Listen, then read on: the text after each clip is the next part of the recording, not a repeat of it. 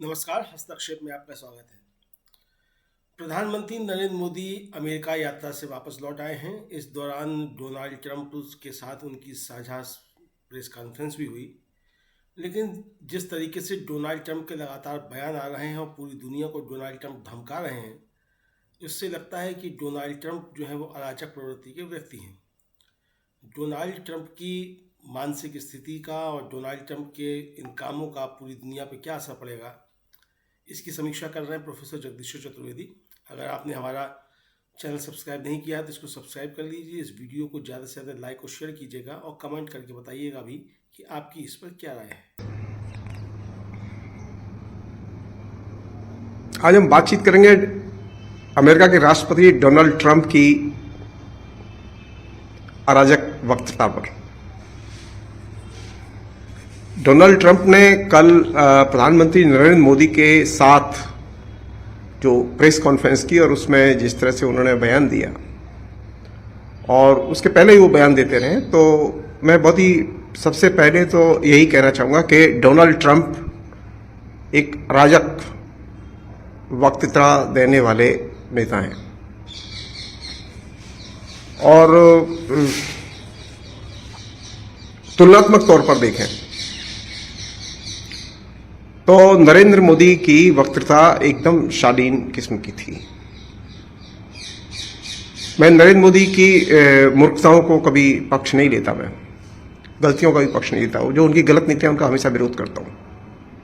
लेकिन कल की प्रेस कॉन्फ्रेंस में जिस तरह से व्यवहार ट्रंप ने किया और जो अभी चल रहा है, उसके बारे में सिर्फ एक ही चीज कही जा सकती है कि डोनाल्ड ट्रंप एकदम अराजक राष्ट्रपति हैं।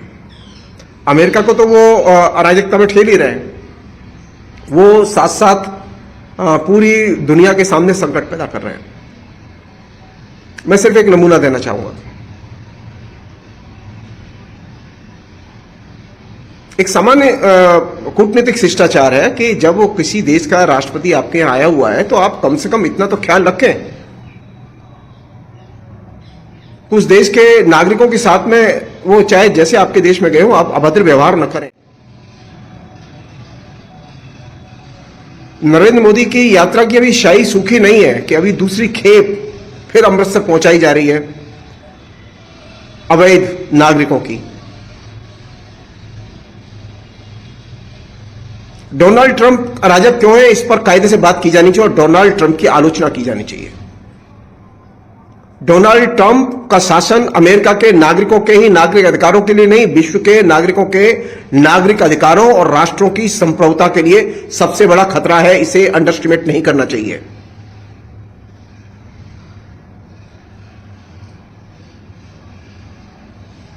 डोनाल्ड ट्रंप का यह कहना कि ब्रिक्स मर गया है, यह एकदम गलत बयानी है और इसकी हम निंदा करते हैं।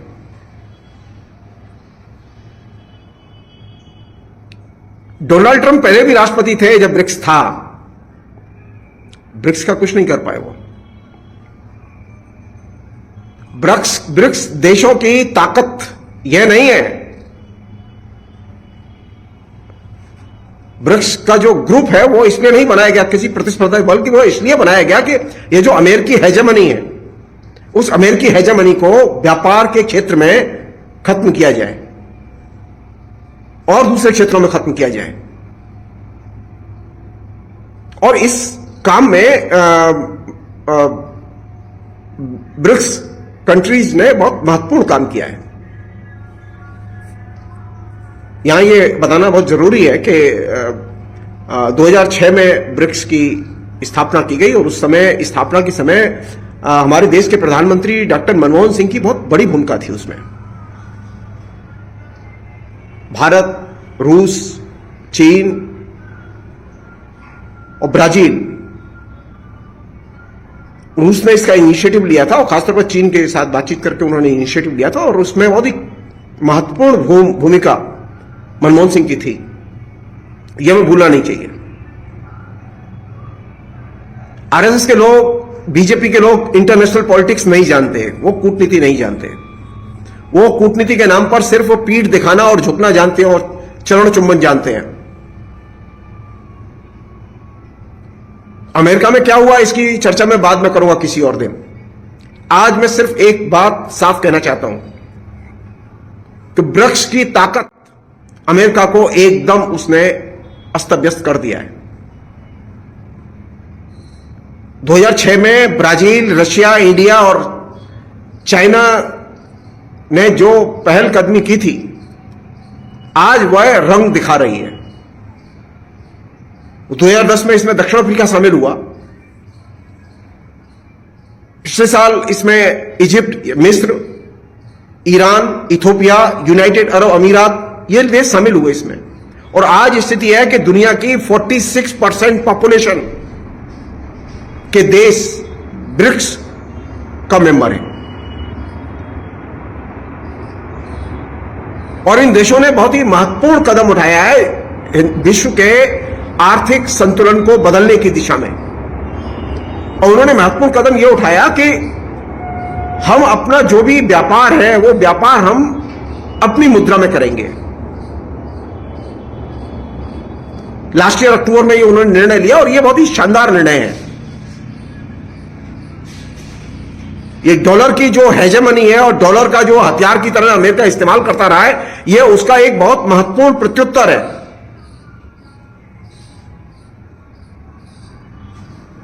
और ये साधारण कदम नहीं है, बल्कि हुआ यह कि जो पश्चिमी देशों में जो एक्सचेंज का जो बहुत बड़ा नेटवर्क है स्विफ्ट के जरिए वे अब अपने देशों की करेंसी के जरिए पेमेंट कर सकते हैं। इससे इन तमाम देशों को बहुत मदद पहुंची है। और ये जो डॉलर की जो एक हेजेमनी थी वो टूटी है इससे। पश्चिम की हेजेमनी और खासतौर पर अमेरिका की हेजेमनी और बहुराष्ट्रीय निगमों की हेजेमनी इससे टूटी है।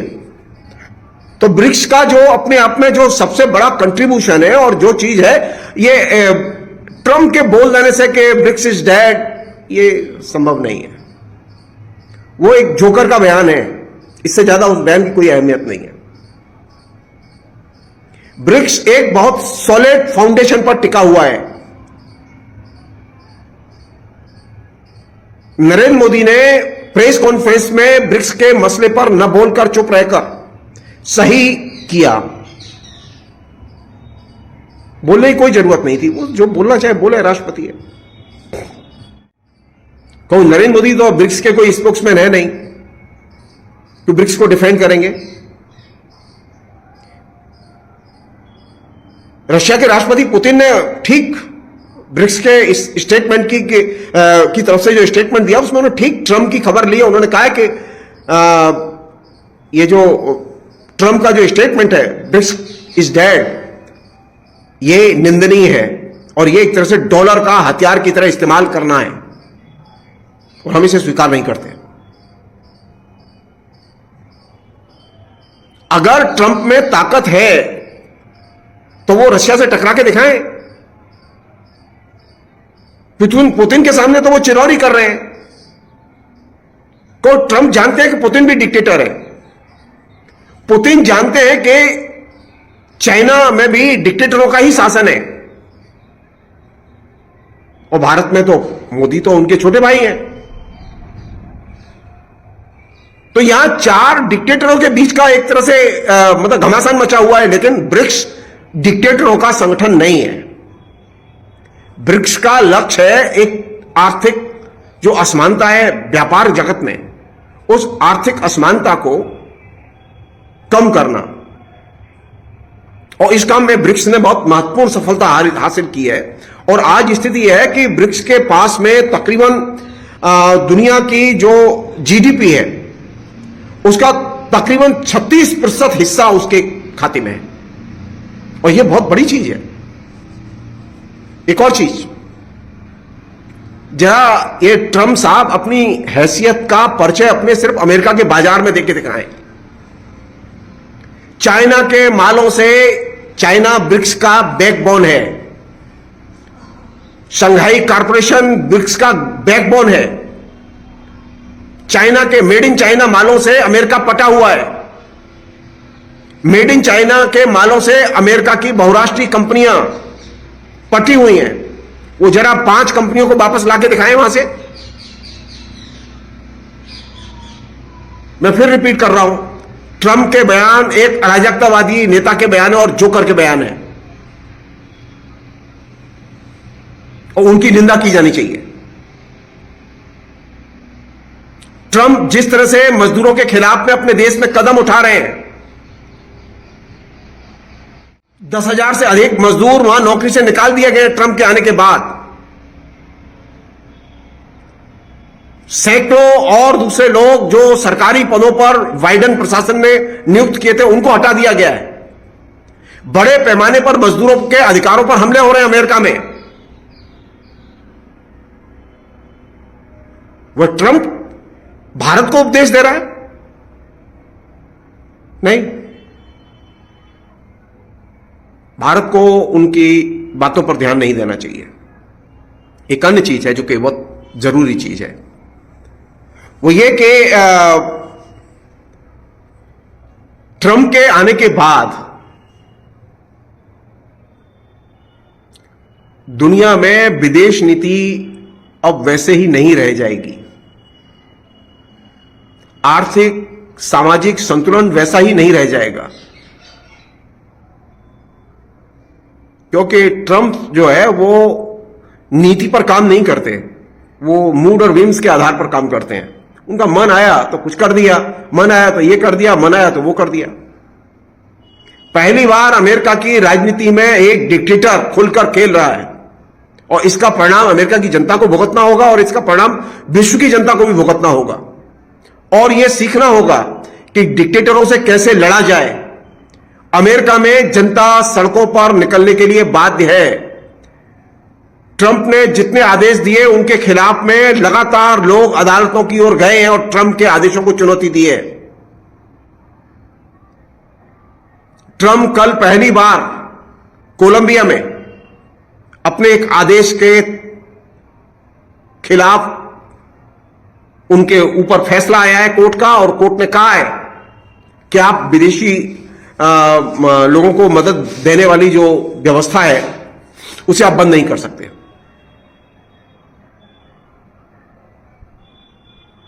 अदालतें मुखर है वहां। ट्रंप कानून पर हमले कर रहे हैं, जजों पर हमले किए जा रहे हैं, जजों की सत्ता स्वायत्तता पर हमले किए जा रहे हैं एलन मस्क के जरिए। और एलन मस्क जो बोल रहे हैं वह ट्रंप बोल रहा है।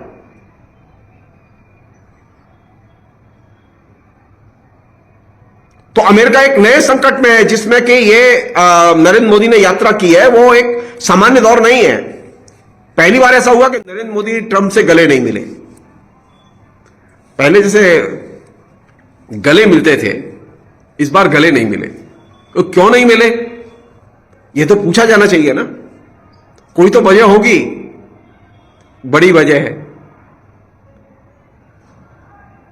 अब स्थिति यह है कि ट्रंप एकदम बर्बर डिक्टेटर की तरह अमेरिकी जनता से पेश आ रहे हैं, और इसका कवरेज वहां के मीडिया में भरा पड़ा है। नरेंद्र मोदी जो अपनी इमेज है उसे धोना नहीं चाहते। ऑलरेडी वो धो चुके हैं बहुत सारी चीजें। एक और चीज है, ट्रंप की अराजकता का नमूना बता रहा हूं। ट्रंप का ये बोलना कि बैलेट पेपर से इलेक्शन सबसे अच्छे होते हैं, तो उनसे पूछा जाना चाहिए अगर बैलेट पेपर से इलेक्शन अच्छे होते हैं तो आपको इस कॉन्फ्रेंस में बोलने की क्या जरूरत थी इस बात को। ये तो हमारे दो देशों के राष्ट्राध्यक्षों के बीच में नेगोशिएशन का प्रश्न नहीं था। ये कौन सा तरीका है? जो चीज हमारे नेगोशिएशन का हिस्सा ही नहीं है उस पर सवाल पूछे बिना आप जवाब दें, बोले। इसीलिए मैंने कहा ट्रंप एक अराजकतावादी राजनेता है जिससे सावधान रहने की जरूरत है। और मैं सारी कमजोरियों के बावजूद बेहतर होता कि नरेंद्र मोदी ट्रंप के साथ में हथियारों की डील नहीं करते। बेहतर होता तेल और गैस के मसले पर जो डील की गई है वो डील साइन नहीं करते। ये जो दबाव में आके जो फैसला लिया है, ये फैसला देश के हित में नहीं है, और देश की इकोनॉमी के हित में नहीं है, और ये सेना के हित में नहीं है। मैं बहुत साफ कह रहा हूं, यह नरेंद्र मोदी से चूक हुई है, और यह चूक कैसे रेक्टिफाई की जाएगी, यह नरेंद्र मोदी को और उनके अनुयायियों को सोचना होगा। हमें तेल और गैस रशिया से आज सस्ता मिल रहा है, हम अमेरिका से महंगा तेल और गैस क्यों खरीदेंगे? क्या जरूरत है खरीदने की?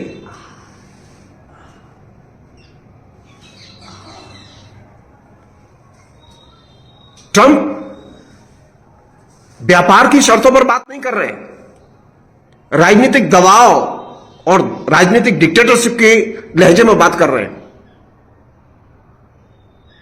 और ये डेमोक्रेटिक देश के लिए, भारत जैसे देश के लिए, ये बहुत ही जिसे शर्मनाक है कि वो उनके दबाव में आए। एक अन्य चीज और बहुत जरूरी चीज, चूंकि अदानी का प्रश्न बहुत महत्वपूर्ण प्रश्न है, अदानी के प्रश्न के बिना बात नहीं हो सकती अमेरिका में। अब नरेंद्र मोदी अपने को असहाय महसूस कर रहे थे कि उनके साथ में डोभाल नहीं थे। अंततः डोभाल होते तो वो राष्ट्रीय सुरक्षा सलाहकार से वो बात करते अमेरिका के से, लेकिन अब नरेंद्र मोदी को बात करनी पड़ी। अगर भारत के महत्वपूर्ण लोगों के खिलाफ में अमेरिका में केस होंगे, वारंट निकलेंगे, नरेंद्र मोदी को अपने लोगों के आचार व्यवहार और नीतियों के बारे में सोचना चाहिए कि ये अब भारत वैसा भारत नहीं है, ये अब ग्लोबल भारत है। आप कोई भी एक्टिविटीज करेंगी, उसके एक्शन, उसका रिजल्ट, उसके परिणाम वो सारी दुनिया में दिखाई देंगे। आप अदानी को आप लाख कोशिश कर लीजिए, आप बचा नहीं सकते। आप वसुधैव कुटुंबकम कहें, चाहे ये कहें कि उसका निजी मसला है, आप बचा नहीं सकते। क्यों बचा नहीं सकते? क्योंकि जिस कानून को उसने सस्पेंड किया, उस कानून के सस्पेंशन के खिलाफ भी लोग कोर्ट गए हैं। लोग ट्रंप को छोड़ने वाले नहीं हैं। ट्रंप की बर्बरता और डिक्टेटरशिप का दूसरा बड़ा नमूना है कि ट्रंप ने आते ही घोषणा की कि गाजा पर अब हम अमेरिका कब्जा करेगा और गाजा को अब हम संभालेंगे, और गाजा में रहने वालों को, फिलिस्तीनियों को हम वहां रहने नहीं देंगे। और यह सबसे बुरा और खतरनाक फैसला, ये तो खुल्लम खुल्ला साम्राज्यवादी हरकत है।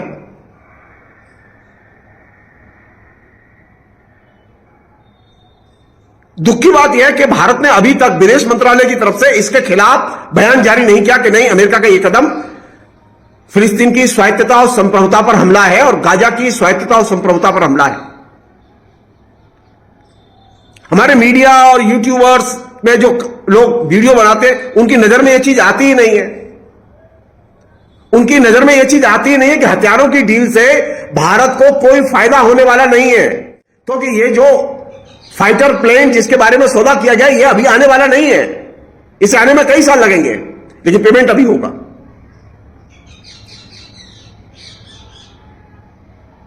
नरेंद्र मोदी ने अपने शासनकाल में लगातार हथियारों के सौदे में अमेरिका से संबंध बढ़ाए हैं, अमेरिका के साथ में सैन्य संबंध विकसित किए और बढ़ाए हैं, और रणनीतिक समझौते किए हैं जो भारत की संप्रभुता के लिए खतरा है। अंत में ट्रंप भारत की ही संप्रभुता के लिए नहीं, अमेरिका की संप्रभुता के लिए भी खतरा है।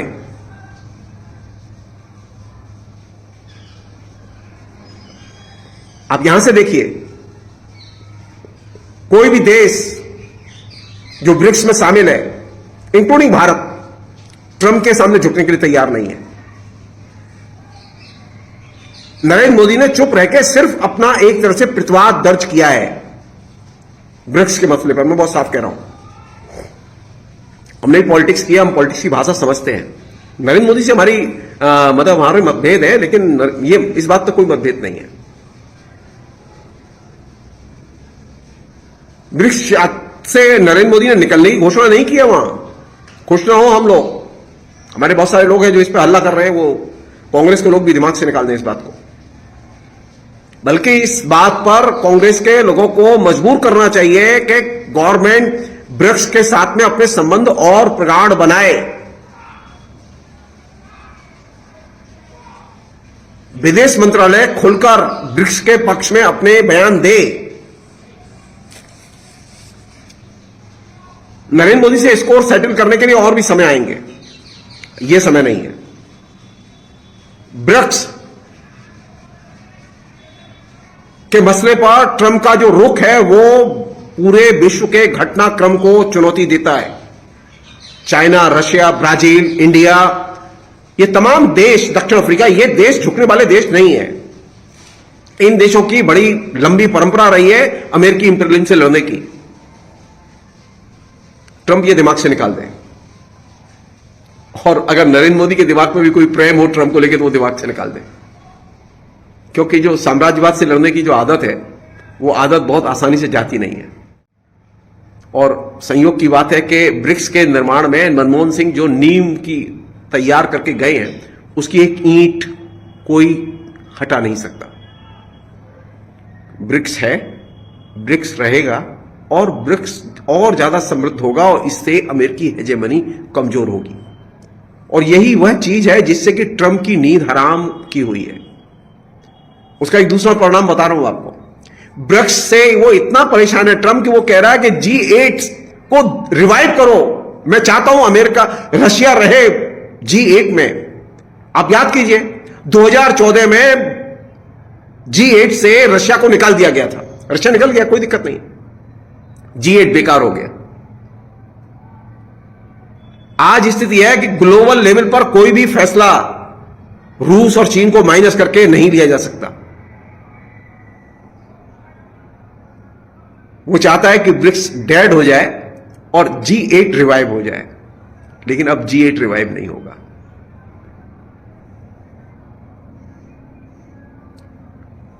ट्रंप के लगातार जो फैसले आए हैं इस बीच में शपथ लेने के बाद, वे अंतर्राष्ट्रीय संस्थाओं के नियमों को, मान्यताओं को रद्द करते हैं। उसमें सबसे महत्वपूर्ण है दो चीजें जिन्हें बताना बहुत जरूरी है।